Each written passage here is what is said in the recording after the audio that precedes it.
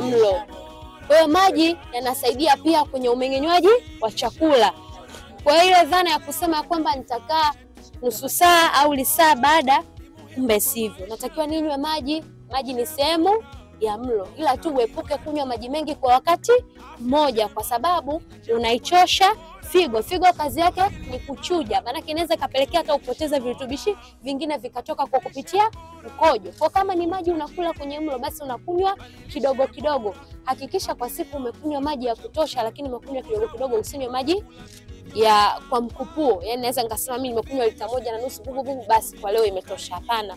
Unakunywa kidogo kidogo mpaka ikifika jioni umekunywa maji ya kutosha ambayo ni mengi na ni mazuri kwa afya yako.